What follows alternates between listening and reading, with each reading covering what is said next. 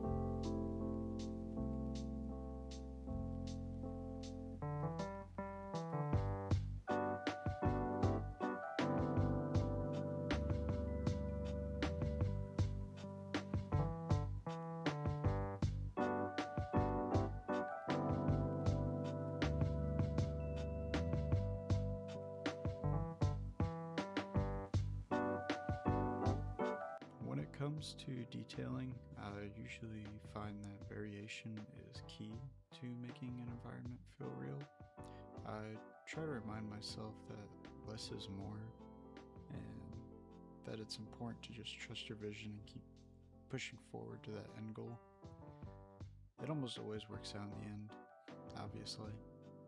I have a tendency to want to be a perfectionist with every tiny detail, but honestly, I always come to the conclusion that it just slows me down and ends up hurting the final look of any city or project I'm working on. And you can always come back and revisit any particular area later, which is exactly what I've been doing with this beach area. And now, instead of a key wall, we have this environment that's pretty much telling its own story. And not only is it more realistic per se, but it just adds net positive look to the overall town itself.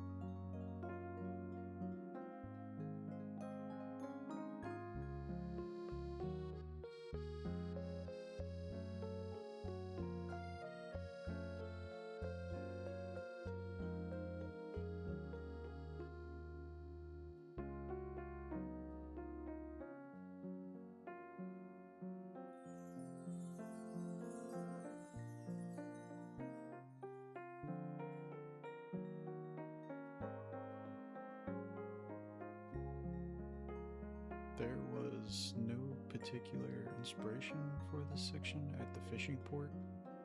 Um, Not only was it kind of a weird area to build, but I just had no reference or idea what to really do with it. I ended up creating this kind of parking lot and adding some kind of temporary shops and an opening next to it with some walls, mostly to just replicate some form of fishing stands or entertainment. Setting up this area also reminded me it would have been a good idea to add some kind of benches along the pedestrian path at the beach. I figured that would be kind of just a nice leisure thing that I would have enjoyed living next to a beach.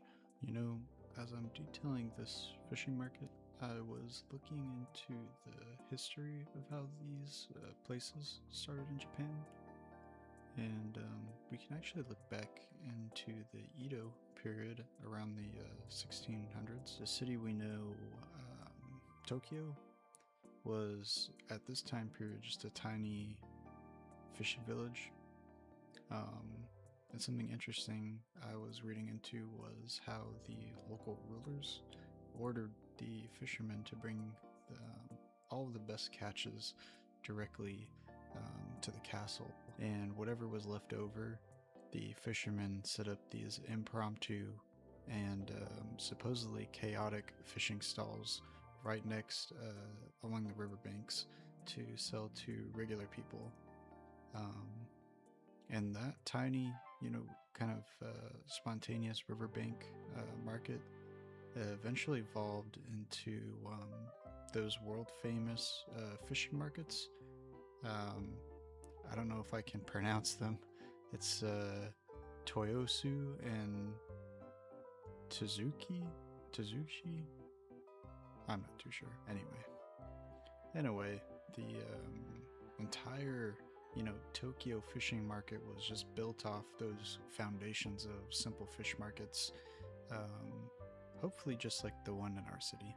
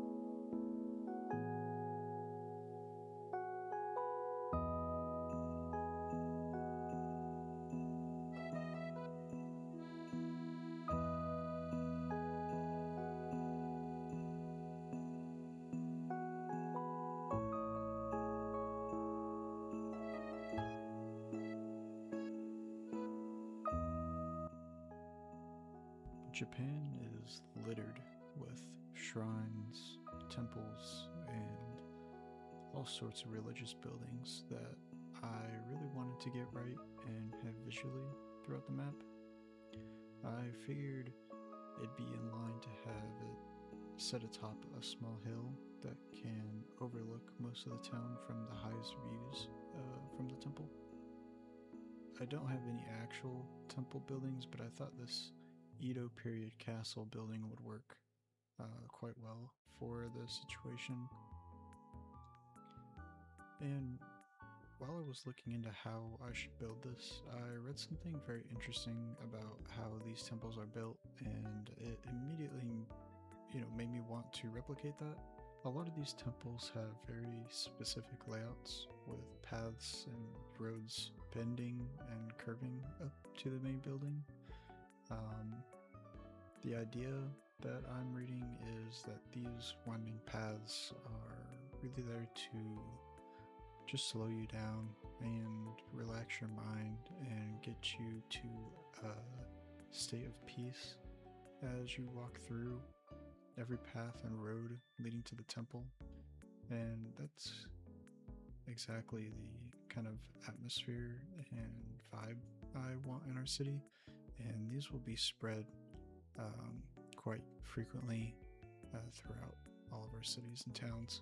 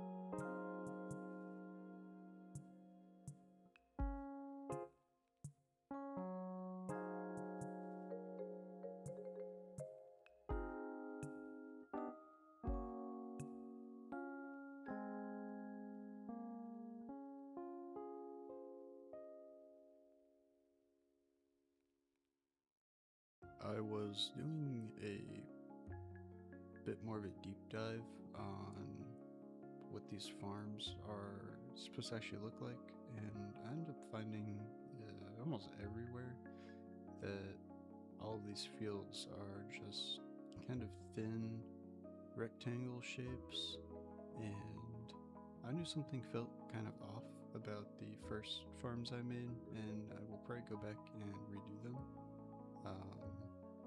And I much prefer how these ones look at the end result.